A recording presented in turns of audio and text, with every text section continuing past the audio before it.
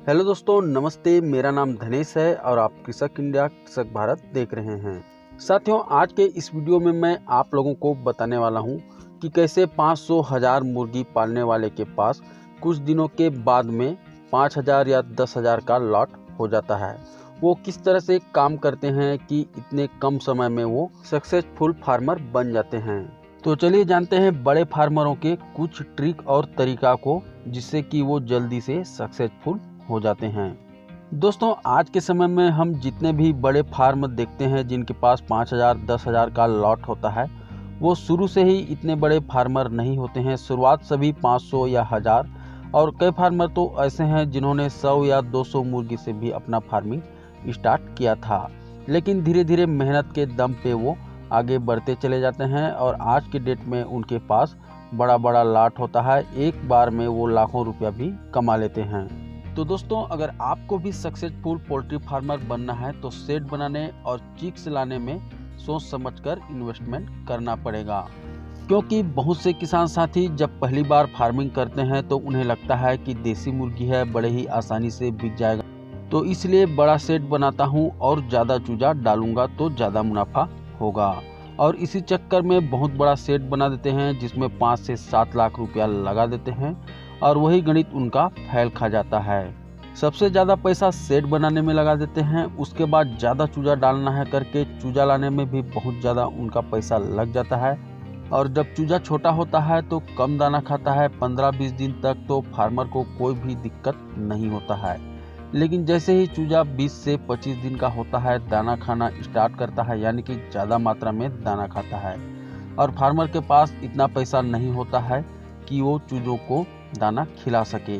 और इसी चक्कर में फिर वो उनको चावल का टुकड़ा देता है, बाजरा देता है और कई प्रकार का जुगाड़ की पद्धति को अपनाता है, जिससे कि मुर्गियों का वजन सही तरीका से नहीं बढ़ पाता है। इम्यूनिटी पावर कमज़ोर हो जाने के कारण चूजे बीमार पड़ जाते हैं और फार्मर को नुकसान हो जाता है।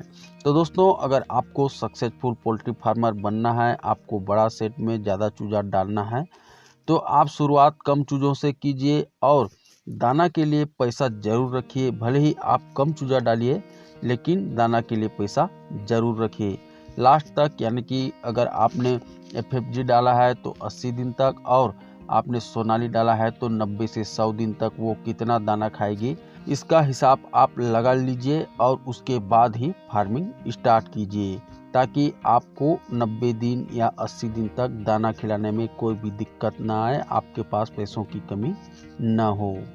दोस्तों, पॉइंट नंबर 2 है मुनाफा को पहले से हिसाब लगा लेना। जो किसान साथी सक्सेसफुल होते हैं वो इस चीज़ को कभी भी नहीं करते हैं। अगर आप कोई भी जीव का धंधा कर रहे हैं, चाहे बकरी पालन कर रहे हैं, मछली पालन कर रहे हैं, मुर्गी पालन कर रहे हैं, तो आप पहले से ये नहीं जान सकते कि आपको कितना मुनाफा होगा। बहुत से किसान साथी करते ये हैं कि वो जब चूजा डालते हैं तो उस दिन से सोच लेते हैं कि 3 महीने बाद सभी का वजन 1-1 केजी हो जाएगा, सभी में 50-50 रुपया मिलेगा और लास्ट में मुझे इतना पैसा मिल जाएगा। और यही सोच कर के फार्मर खुश रहता है, अपने फार्मिंग पे ध्यान नहीं दे पाता है। और आप देखेंगे कि जो सक्सेसफुल फार्मर हैं जिनका बड़ा बड़ा लॉट है, वो कभी इस चीज़ के बारे में सोचते नहीं हैं। दोस्तों, अगर आपने 500 मुर्गी पाला हुआ है तो ऐसा नहीं है कि आप पूरे 500 के 500 को सेल करेंगे, उसमें से लगभग 5% की मोर्टेलिटी भी हो सकती है। इसलिए आप फार्मिंग पे ध्यान दें, उनको कौन सी दवा किस टाइम पे देना है इस चीज़ पर ध्यान दें, कब मुर्गियों को प्री स्टार्टर देना है, कब से स्टार्टर देना है और कब से फिनिशर हमें देना है, और इसके अलावा होममेड फीड भी हम इनको कब से दे सकते हैं, इन चीज़ों के बारे में आपको ध्यान देना है। मुनाफा बात की बात है, अगर आप अच्छे से फार्मिंग करेंगे तो निश्चित रूप से उसका मुनाफा आपको मिलेगा। और अगर आप सोचते ही रह जाएंगे कि इतना मुनाफा होगा करके और फार्मिंग सही तरीक़ा से नहीं करेंगे, आप मुर्गियों को सही टाइम पे दवा दाना और उनके साफ़ सफाई का ख्याल नहीं रखेंगे, तो आपको मुनाफा नहीं हो पाएगा। दोस्तों, अगला पॉइंट है कि आप देखे होंगे कि बड़ा फार्मर अपने मुर्गियों को कम रेट में कभी भी सेल नहीं करता, क्योंकि उसके पास एक बहुत ही अच्छा ट्रिक है।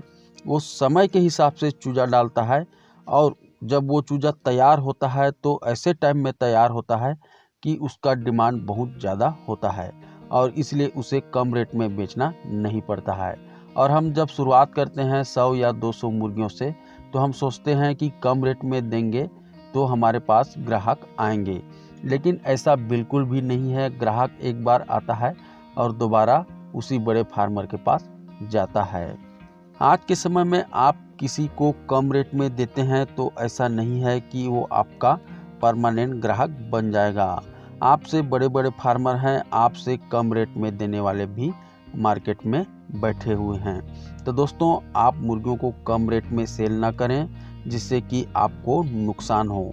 आपको इसलिए मैं बार बार कहता हूं कि भले ही आप कम मुर्गी डालें और उसको ज़बरदस्त तरीक़ा से पालें, यानी कि बीमारी उमारी लगने न दें। उनके जो पंख है उसमें अच्छा से चमक रहे ताकि ग्राहक उसको देख करके आकर्षित हो। ऐसा करेंगे तो आपको ग्राहक बड़े ही आसानी से मिलेगा और आपका माल कम रेट में नहीं बिकेगा। दोस्तों, इसके अलावा आपको बड़े फार्मर की तरह फार्मिंग करना है, यानी कि समय के हिसाब से अपने सेट पे चूजा डालना है। हमारे देश में कई त्यौहार ऐसे आते हैं जिन पर मांस मछली खाया जाता है, तो उन त्योहारों को आपको टारगेट करना है ताकि उस टाइम आपका माल रेडी हो और अच्छा रेट में बिके।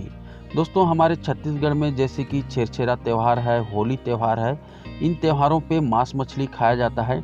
तो उन त्योहारों के 3 महीने पहले आपको चूजा डालना है ताकि जस्ट वो जब त्यौहार आने वाला रहे तो आपके मुर्गियां तैयार रहें। ऐसे में आपको ग्राहक ढूंढने की ज़रूरत भी नहीं पड़ेगी और माल भी सही रेट में बिकेगा। दोस्तों, अगला पॉइंट है कि आप बड़े फार्मरों को देखे होंगे कि उनके सेट के सामने में एक कटिंग सेंटर होता है जहां पे वे खुद अपने मुर्गियों को काट करके सेल करते हैं। इससे उनको मार्केटिंग की समस्या नहीं होती है। वो ज़्यादा माथापच्ची नहीं करते हैं मुर्गियों को सेल करने में, क्योंकि उनके सेट के सामने से ही कटिंग करके वो बहुत ज़्यादा माल को सेल कर देते हैं। तो ऐसा आप भी कर सकते हैं। अगर आपने 200 या 300 या 500 मुर्गी पाला हुआ है तो आप अपने सेट के बाहर में कटिंग सेंटर खोल सकते हैं, या तो थोड़ा सा दूर पे भी है तो चलेगा। वहाँ पर आपको शाम शाम को मुर्गियों को जाकर के छोड़ना है और वहाँ पे काटने के लिए एक लड़का भी आपको रख देना है। दोस्तों, कटिंग सेंटर वाला जो काम है उसको अभी बहुत से किसान साथी कर रहे हैं, क्योंकि इससे मार्केटिंग की समस्या बहुत ही कम हो जाती है। तो दोस्तों, ये तो था कुछ तरीका जिससे आप अच्छी तरह से मुर्गी पालन कर सकते हैं, और आने वाले वीडियो में मैं आपको कुछ और अच्छी जानकारी ला करके दूंगा। तो हमारे चैनल को सब्सक्राइब करके हमसे जुड़ जाइए ताकि जब भी इस तरह का मुर्गी पालन से रिलेटेड वीडियो चैनल पे आए सबसे पहले उसको आप देख सकें। तो ठीक है दोस्तों, मिलते हैं फिर एक नए वीडियो नई जानकारी के साथ। तब तक के लिए जय हिंद, जय भारत।